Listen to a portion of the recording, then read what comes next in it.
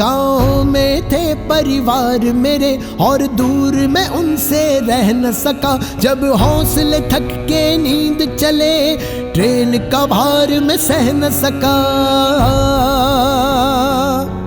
बिहार में बदलाव जरूरी है, कांग्रेस महागठबंधन को वोट दें।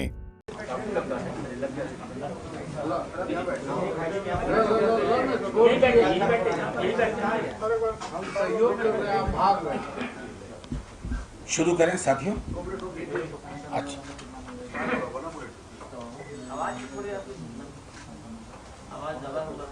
दबाव कर बोले हैं, धीरे धीरे बोलिए। डॉक्टर है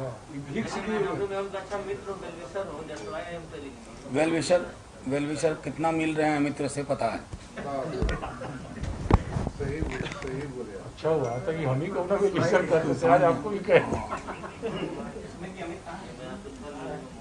ना, कोई जरूरत नहीं, तमाम ताल्लुकात खत्म।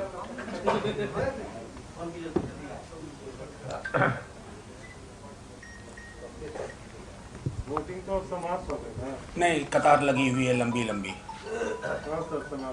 कतार लगी हुई है लंबी लंबी अभी भी। 6 o'clock, 5 बजे से 6।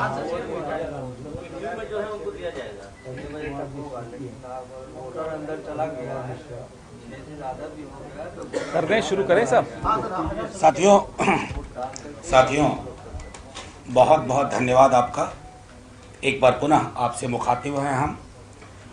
महागठबंधन की संयुक्त प्रेस वार्ता और ये महागठबंधन बिहार की आकांक्षाओं, बदलाव के स्वरूप का महागठबंधन है, उसका प्रतीक है।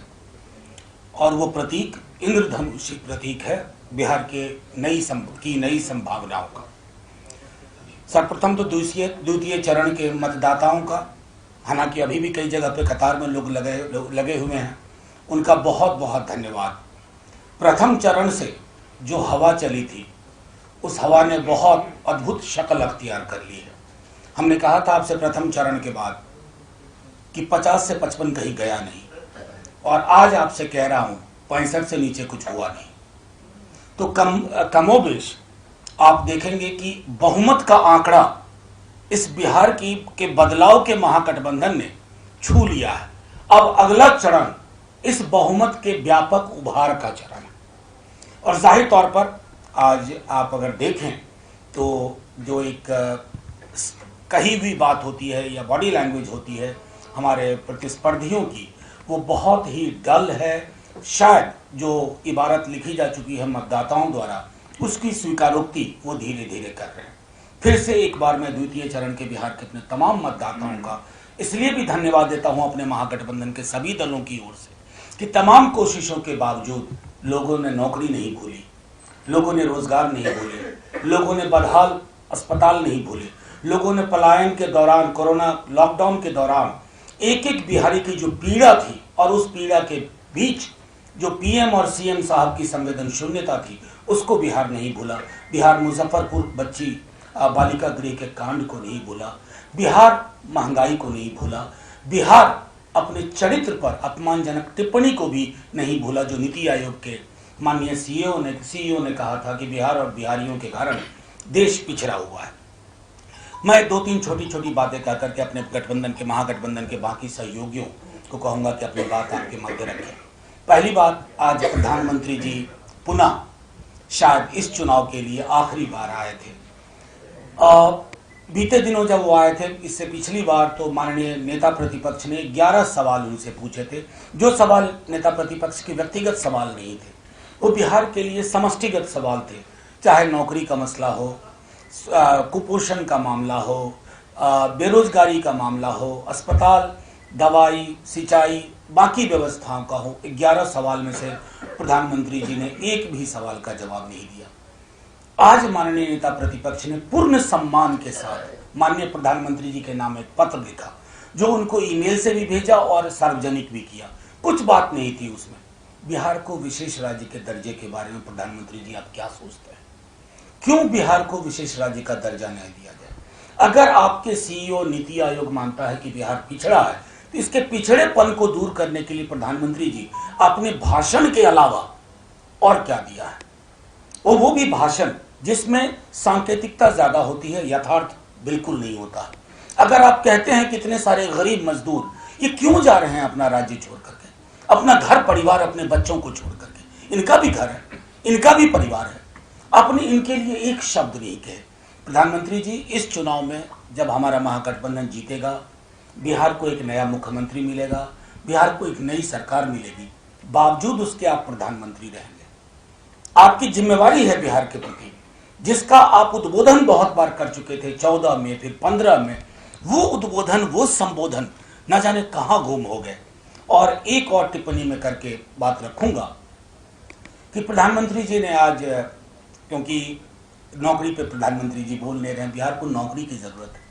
वो जो युवाओं की आंख में चमक है इस अंधे कुएं में, वो नौकरी को लेकर के है। आंगनवाड़ी दीदियों के भविष्य का सवाल है, आंगनवाड़ी जीविका दीदियों के भविष्य का सवाल है, आंगनवाड़ी सहायकों का भविष्य का सवाल है, अतिथि अनुदेशकों के भविष्य का सवाल है, शिक्षा प्रेरकों के भविष्य का सवाल है, नियोजित शिक्षकों के भविष्य का सवाल है, समान काम समान वेतन जो विसंगति दूर करेगा उसका सवाल है। प्रधानमंत्री जी, चुनाव गरीब की थाली की साइज पे होते हैं, पास पड़ोस में क्या हालात है उस पे होते हैं, चिकित्सा के लिए क्यों भागना पड़ता है इस पे होते हैं। एक अंडर सेक्रेटरी लेवल का आदमी अस्पताल में बेड नहीं होने के कारण दम तोड़ देता है पटना की सड़कों पर, ये इस पर चुनाव नहीं हो रहा। आपने कहा भारत माता की जय, आप बिहार को शायद जानते नहीं है प्रधानमंत्री जी, हम तो बचपने से प्रभात फेरी में भारत माता की जय बोलते थे। लेकिन वो भारत माता, जब वो बच्चा कटिहार के स्टेशन पर अपनी मृत मां के आंचल को उठा करके अटखेली कर रहा था ना, वो भी भारत मां थी। भारत मां वो भी है जिनके बच्चे को रोजगार नहीं मिल रहा। भारत मां वो भी है जिनके बच्चे कुपोषण के शिकार होकर के 5 से 10 वर्ष की उम्र में दम तोड़ देते हैं।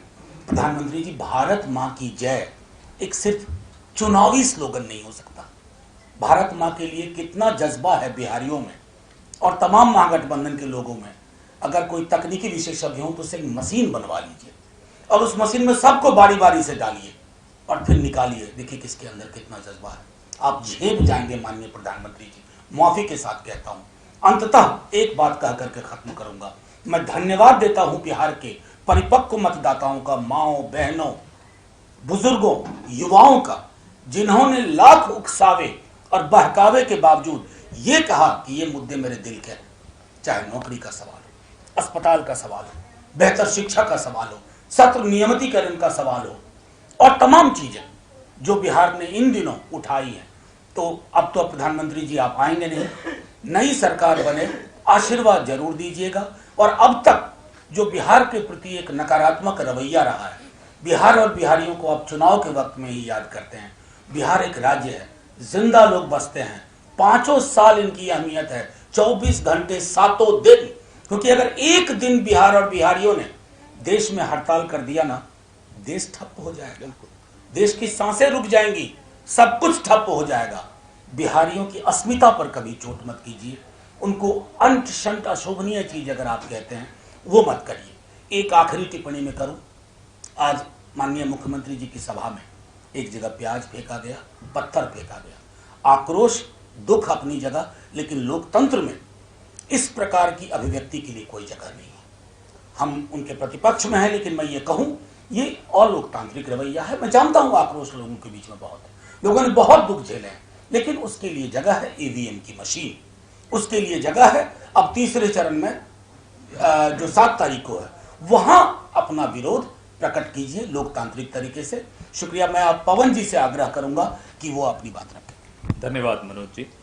आज फिर से बाहर 30 सेकंड में हमारी शर्त लग गई और शर्त लगा ही नहीं पाए क्योंकि दोनों का संख्या एक ही थी। जो हमने आकलन किया वो और जो मनोज जी ने आकलन किया और हमारे साथियों ने आकलन किया वो सब लगभग 60-65 हम दोनों की वही संख्या है। तो इस पे तो हम शर्त नहीं लगा पाए, माफ कीजिएगा आपसे। जिनके लिए भारत माता की जय सिर्फ एक नारा है उनको मैं बता दूं कि भारत माता की जय हम सब जो यहां बैठे हैं हमारे लिए एक जिम्मेदारी है। क्या है भारत माता की जय? आंगन में तुलसी महके, घर में बच्चों की किलकारियां चहके, चूल्हा जलता रहे, पेट भरा रहे, हर चेहरे पे मुस्कान हो, ये होती है भारत माता की जय। ये मोदी जी को नहीं समझ में आएगा। बहुत सही बोला मुजफ्फरपुर की वो मां, वो है भारत माता। भारत माता माफ नहीं करेगी नरेंद्र मोदी जी आपको कि चुनाव के वक्त आप इस नारे के पीछे छिपकर वोट मांग रहे हैं। 5 साल 6 साल आपने भारत माता के बच्चों के लिए क्या किया? आज उन्होंने कांग्रेस के लिए कुछ टिप्पणियां की, हमारी सीटें गिनवाई, अपनी ही पार्टी के बुजुर्गों की आज हंसी उड़ा के चले गए। अडवाणी जी की और वाजपेयी जी की 2 सीटें थी उनके पास। और मैं याद दिला दूं मोदी जी आपको कि 44 सीटों वाली पार्टी थी आपके एनडीए 2 में, हमारे पास तो सिर्फ 44 सीटें थी। किसानों के सामने आपने घुटने टेके 44 सीटों की पार्टी की वजह से, उस दबाव की वजह से। तो यह अहंकार आप छोड़ दीजिए। कह रहे हैं कि हम किसी का कुर्ता पकड़े हैं, आपसे तो आपके ही सहयोगी दल पिंड छुड़वा रहे हैं, क्योंकि जनता उनके कपड़े फाड़ने को आ गई है, क्योंकि वो आपके साथ नहीं रहना चाहते। आप शिवसेना ने छोड़ा, अकाली दल ने छोड़ा, चिराग जी का तो अब थोड़े दिन में मालूम पड़ेगा छोड़ा या नहीं छोड़ा, गोरखालैंड पार्टी ने छोड़ा। एक के बाद एक आपके सहयोगी दल आपको छोड़ रहे हैं, क्योंकि अब आप उनके लिए एक लायबिलिटी बन गए हो और आप हंसी उड़ा रहे हो दूसरों की। बिहार, मैं फिर से दोहरा रहा हूं, इस देश को एक नई दिशा दे रहा है यह चुनाव। आज हम बहुत घूमे, नौजवानों में जोश था, और ये हम सब जानते हैं, जिस ओर जवानी चलती है उस ओर जमाना चलता है। बिहार दिखा रहा है कि जमाना किस ओर चल रहा है। मोदी जी आप भी समझ जाइए। इन्होंने आज बड़ी अच्छी परिपक्व बात कही कि आक्रोश आपको करना है तो ईवीएम का बटन दबा के अपना गुस्से का इजहार करिए। बिल्कुल बड़ा दिल है। बिहार का भी दिल कितना बड़ा है देखिए कि विदाई समारोह में गए नीतीश बाबू के आज, और क्या फेंका, सबसे महंगा आइटम प्याज, सबसे महंगी चीज। लेकिन बिल्कुल मैं इनसे सहमत हूं, राजनीति में, लोकतांत्रिक परंपरा में कहीं भी इस तरह की का स्थान नहीं है कि आप अपना हिंसा का कोई प्रदर्शन करें। बटन दबाइए, हल्के से भी दबाएंगे तो वोट यहीं आएगा जहां आप दिलवाना चाहते हैं। बटन दबा के अपना गुस्से का इजहार करिए, और कोई रास्ता नहीं है लोकतंत्र का। धन्यवाद। कॉमरेड राजाराम, एक मिनट कॉमरेड राजाराम जी, वो कर देते हैं, वो आसान ऑन कर देते हैं। बिहार में जनता ने मुद्दों को पकड़ लिया है। रोजगार का सवाल, अभी जो किसानों के खिलाफ 3 कृषि कानून पास किए गए हैं, और नया जो बिजली कानून है 2020 का, जिसमें संपूर्ण निजीकरण की बात है, सब्सिडी खत्म करने की बात है, तो इन सवालों को, आंगनबाड़ी सेविका सहायिका के सवालों को बिहार ने पकड़ लिया है। और जितनी भी बातें हो रही हैं प्रधानमंत्री मुख्यमंत्री के जरिए, उसको नकार दे रही है जनता। वो बार बार ये कोशिश कर रहे हैं कि बिहार में इस राज, आने वाले गठबंधन के राज को जंगल राज बताने की कोशिश कर रहे हैं। इसको कोई सुन नहीं रहा है। वो समझ रहे हैं कि समाज में जब भी मजदूर, किसान, नौजवान सामने आते हैं संघर्ष के जरिए, तो उनको इस तरह के जुमले से नवाजा जाता है, और ये दबाने वाली ताकतें हैं। क्योंकि उत्तर प्रदेश में खुद हाथरस की घटना ने सब कुछ बता दिया है लोगों को, किस तरह से वो महिलाओं के सम्मान की सुरक्षा नहीं कर सकते हैं। और ये सारे मुद्दे बिहार में जिंदा रूप से सामने आ रहे हैं। एक बात कह करके मैं अपनी बात खत्म करूंगा। बिहार में जब डीएनए पर सवाल उठे थे और बाहर चल रही थी, तो उस समय हमने एक बात कही थी। बिहार में जब 1857 में गंगा पार कर रहे थे हम, तो हमें बांह में गोली लगी थी और हमने बांह को काट दिया था और गंगा में डाल दिया था। ये बिहार का डीएनए है। और गुजरात का डीएनए ये है कि सूरत में फ्रांसीसियों के जहाज को जब अंग्रेजों ने मार करके डुबा दिया, तो राताराती व्यवसायी संघ की बैठक हुई और उसमें निर्णय हुआ कि अब हमें अंग्रेजों का साथ देना चाहिए, फ्रांसीसियों का साथ नहीं देना चाहिए। तो इस बहस को हमने उस समय भी हस्तक्षेप किया था। बिहार ने आजादी की लड़ाई से लेकर के बाद तक बेमिसाल कुर्बानियां दी हैं, और वो भारत माता को सबसे ज्यादा समझता है। हिंदुस्तान की राजनीति को बराबर दिशा देने वाला राज्य रहा है, और बिहार वासियों को इस पर गर्व है, और इस मिजाज से वो इस बार भी वोटिंग कर रहे हैं। धन्यवाद। कॉमरेड राम को। मित्रों, मैं मात्र 3 वाक्यों में अपनी बात रखना चाहूंगा। सबसे पहली बात तो ये कि जैसे जैसे जदयू और बीजेपी के नेताओं के बीच पराजय बोध बढ़ता जा रहा है, वैसे वैसे मुख्यमंत्री नीतीश कुमार अनाप शनाप बोलने में लगे हुए हैं। और माननीय प्रधानमंत्री जी 15 साल पहले का भूत खड़ा करके, जो हिंदुत्व के नाम पर ये जो भूत खड़ा करने की परंपरा है, उसका पालन करते हुए भूत खड़ा करके लोगों को भयभीत करना चाहते हैं। लेकिन बिहार की जनता ने इनके असली चेहरे को समझ लिया है। ये भी बिहार पिछले 15 साल की अपनी नाकामियों का जिक्र ये नहीं करते, और यही वजह है कि सबसे ज्यादा पोलिंग परसेंटेज आज 5 बजे तक मुजफ्फरपुर का था।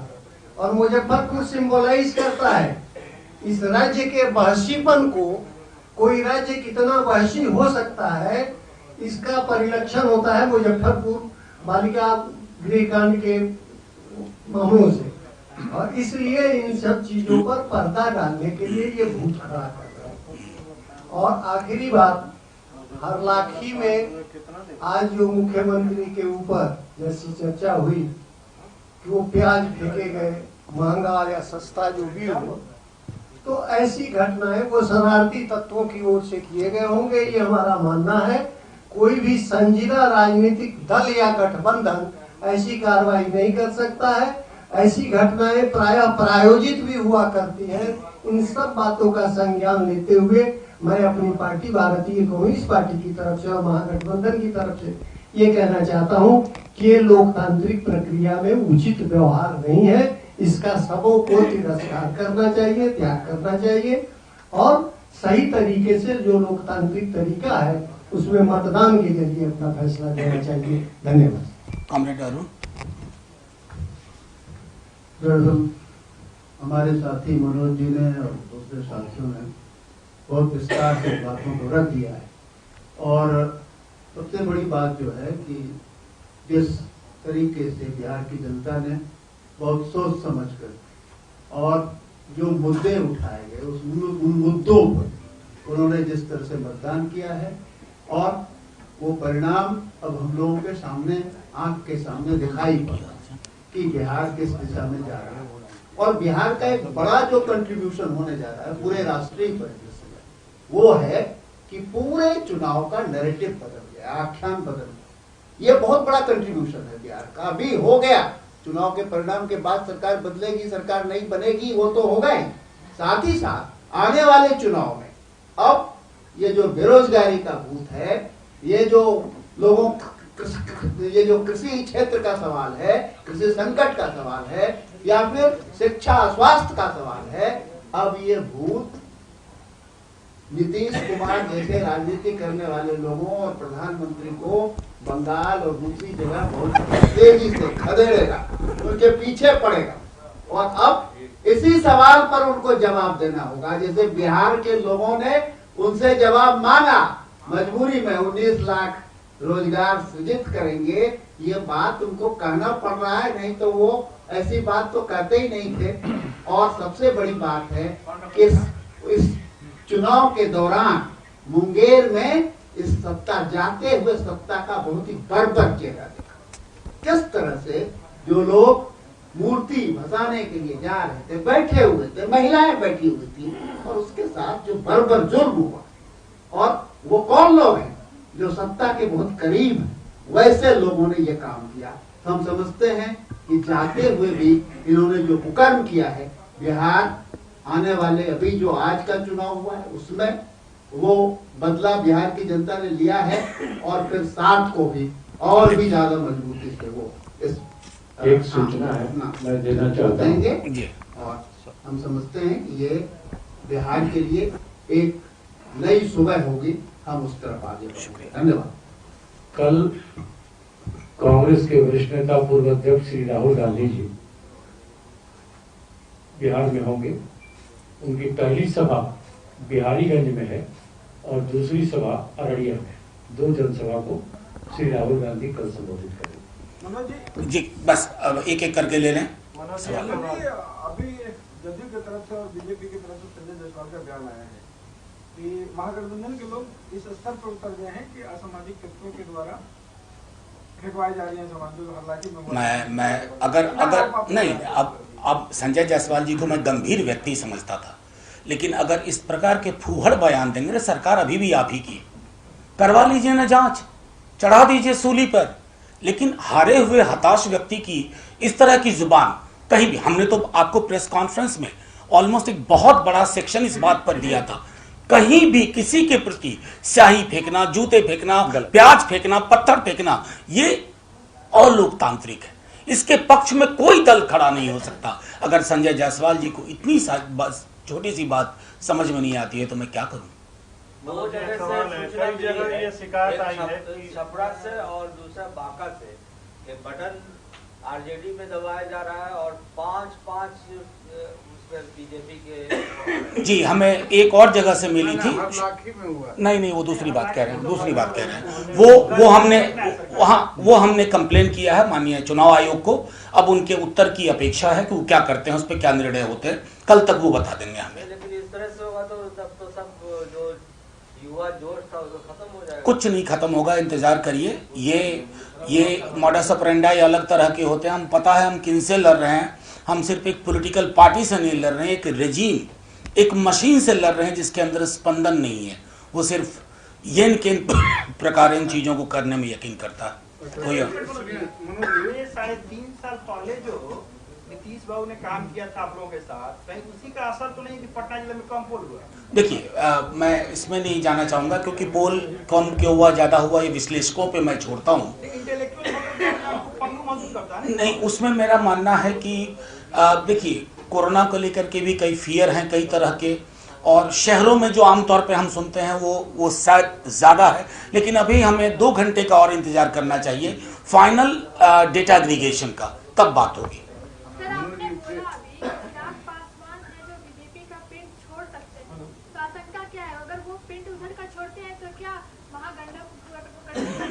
जरूरत नहीं। देखिए उन्होंने जो कहा था पिंड छोड़ना, वो पिंड छोड़ने की घटना तो महाराष्ट्र से शुरू हुई। पिंड छुड़ाया फिर शिवसेना अकाली दल ने, पिंड छूटे गए या छुड़ाया जाएगा वो आप बिहार में देखिएगा, वो देखा जाएगा। मतलब और उसी श्रृंखला की कड़ी में कई चीजें और आपको देखने को मिलेगी। उत्तर प्रदेश में भी कई इस प्रकार की छवियां मिलेंगी।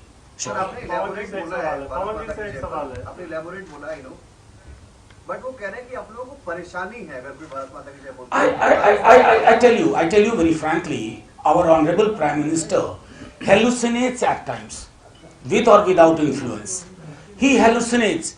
Who said भारत माता की जय बोलना? पूरे चुनाव में कहाँ इस पर चर्चा हुई? देखिए प्रधानमंत्री जी जब इन चीजों पे आ जाए तो आपको किसी सर्वे की जरूरत नहीं है, आप चुनाव जीत रहे हैं। अच्छा मनोज जी, तेजस्वी यादव के जो है नीरज जी बोले कि हम जा रहे हैं इलेक्शन कमीशन से मिलेंगे और मिले तेजस्वी। नहीं मैं जानता हूँ, मैं वाकिफ हूँ। चुनाव आयोग जाएं, केंद्र में उनके मित्र की सरकार है, वहां जाएं और मुकदमा कराएं, कोई कमी नहीं छोड़ी है। कुछ हासिल नहीं हुआ 17 ईस्वी से लेकर आज तक, कर लें। और कोई नहीं कहा ना कि उन्हीं की सब सल्तनत है, अपने सल्तनत का इस्तेमाल करें, फिर देखते हैं क्या होता है। जी इधर एक सवाल था। भारत माता के जय बोलकर भावनाओं को भड़काने का अरे बिहारी भावनाएं भड़कती नहीं है साहब, भड़का देती हैं लोगों को। बिहारी अद्भुत जीव है, चांद से लेके यहाँ तक ना वो अपनी शख्सियत बनाना जानता है, और अपनी अस्मिता पे जब चोट पहुंचती है ना बिहारियों को तो उसका प्रतिकार करना भी जानता है। पवन जी से एक सवाल है, जो मुख्यमंत्री की सभा हो रही है, जो व्यवहार किया जा रहा है, मुख्यमंत्री का जो बयान आ रहा है, प्रधानमंत्री का भी बयान आ रहा है, तो क्या उन्हें ये इस बात को मैंने वो लग गया है कि अब हम सत्ता से बेदखल हो? झुंझलाहट स्वाभाविक है। जब आपको दिख रहा हो कि आपकी स्थिति बहुत ज़्यादा कमज़ोर है, आपको मालूम है कि आप हार रहे हैं, बुरी तरह से हार रहे हो, तो झुंझलाहट का अपना अपना एक तरीका होता है। हम नहीं झुंझलाते, वो लोग झुंझला जाते हैं, ये फर्क है। उनका जो व्यवहार है उसकी हम बहुत निंदा करते हैं। राजनीति में किसी भी नेता को इस तरह से व्यवहार नहीं करना चाहिए। लोग गुस्से में हैं, उनकी बात सुनिए, लेकिन जो कोई उन पर कोई चीज फेंके उसकी हम और कड़ी निंदा करते हैं। ये लोकतंत्र में बिल्कुल इसका स्थान नहीं। अमर्यादित शब्दों का या लाइन का जो बिल्कुल गलत है। अमर्यादित तो तभी होता है इंसान जब उसके साथ तथ्य नहीं होते, जब वो उत्तर नहीं दे पा रहा होता, जब उसको मालूम है कि 15 साल की उसकी विफलताएं सामने खड़ी हो गई हैं, अब कोई जवाब नहीं बचा। जब जवाब नहीं बचता तो शाब्दिक हिंसा का प्रयोग करते हैं, जैसा कि वो कर रहे हैं। एक छोटी सी चीज हम एक छोटी सी चीज कह रहे हैं। आमतौर पे हम अपने दोस्तों के बीच में भी कहते हैं कि जब तर्क नहीं होता है ना तो हम गाली गलौज पे उतर आते हैं। तर्क जब आपका साथ छोड़ते हैं तो आप अशोभनीय बातें करते हैं। अशोभनीय बातें शुरू मतलब चुनाव का परिणाम सामने। तेजस्वी यादव के राजनीतिक जीवन और बहुमत से आगे बढ़ नहीं, बहुमत के उभार में और आभूषण जोड़ने हैं तीसरे चरण में। बहुमत तक आ गया लगभग 122 है। आप गाली देने दीजिए ना देखिए, लोकतंत्र चोटिल होता है। चुनाव हम जीत भी गए, लेकिन बिहार का मन अगर हार गया तो इस जीत का क्या मतलब? मनोज जी, एक बार नीतीश कुमार का राजनीतिक जीवन और तेजस्वी यादव का राजनीतिक जीवन दोनों में फर्क, तो क्या वो अपने बराबर तेजस्वी यादव को मानने लगे?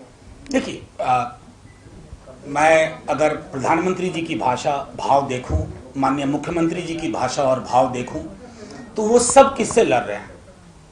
तेजस्वी यादव जी से लड़ रहे हैं। मतलब पूरा का पूरा प्रधानमंत्री जी ने यहाँ कहा पैकेजिंग बहुत अच्छी हुई है। साहब, हम तो पैकेजिंग इंडस्ट्री में है ही नहीं। वो तो हम जानते हैं कि कौन लोग पैकेजिंग से आते हैं, जिनके एक एक मिनट में टेलीप्रॉम्प्टर कहाँ होता है, कहाँ पॉज लेना है, कहाँ से इशारा होता है कि अब यहाँ पे बोलो उफ। तो पैकेजिंग नहीं है। बिहार के लोग तेजस्वी जी के साथ एक जुड़ करके ये मुद्दों की राजनीति हो रही है। वो हिल नहीं रहे हैं, बिहार के लोग हिल नहीं रहे हैं। लाख कैमरा पहुंचवा के कहा जाए फलानी चीज पे बोलिए, फलानी चीज पे बोलिए। मैं आपको पता हुई थी, बिहार गवाह है, पूरा बिहार में टस से मस बिहार नहीं हुआ। और मैं समझता हूं कि शायद इसकी स्वीकारोक्ति माननीय मुख्यमंत्री नीतीश कुमार जी और माननीय प्रधानमंत्री जी नरेंद्र मोदी जी को भी ये स्वीकारोक्ति हो चुकी है कि बिहार ने नेतृत्व की जो यहाँ एक खालीपन था उसको भर दिया गया है तेजस्वी जी।